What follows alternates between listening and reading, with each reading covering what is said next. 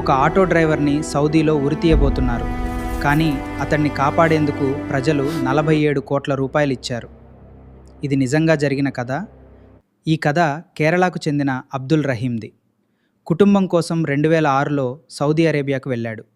అక్కడ మంచి జీవితం మొదలవుతుందని భావించాడు. కొత్త ఉద్యోగంలో చేరిన కేవలం 28 రోజులకే అతడి జీవితాన్ని మార్చేసిన సంఘటన జరిగింది. అక్కడ్నుంచే అతడి కష్టాలు మొదలయ్యాయి. ఒక 17 ఏళ్ల బాలుణ్ణి చూసుకోవాల్సిన బాధ్యత అతడికిచ్చారు. ఒకరోజు రహీం ఆ బాలుణ్ణి కారులో తీసుకెళ్తుండగా అతడి బ్రీదింగ్ సపోర్ట్ పరికరం పొరపాటున ఊడిపోయిందని చెబుతున్నారు. కొద్దిసేపటికే ఆ బాలుడు చనిపోయాడు. దాంతో రహీంపై కేసు నమోదైంది. ఇంతవరకు చూశారంటే మా కాంటెంట్ మీకు నచ్చినట్టే.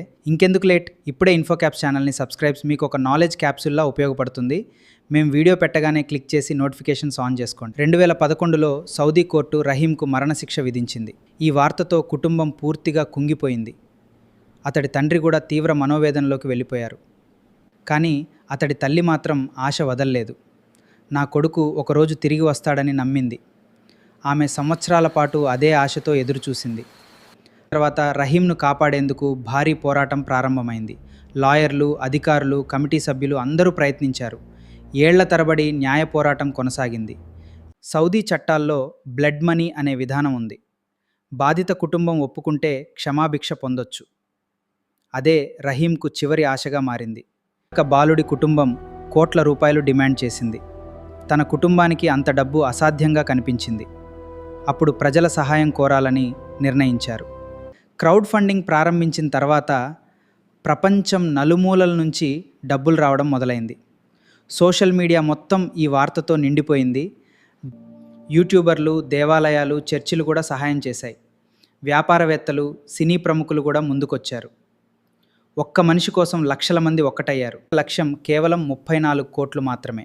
కానీ ప్రజలు విరాళాలు ఇవ్వడం ఆపలేదు. చివరికి ఖాతాలో 47 కోట్ల రూపాయలు చేరాయి.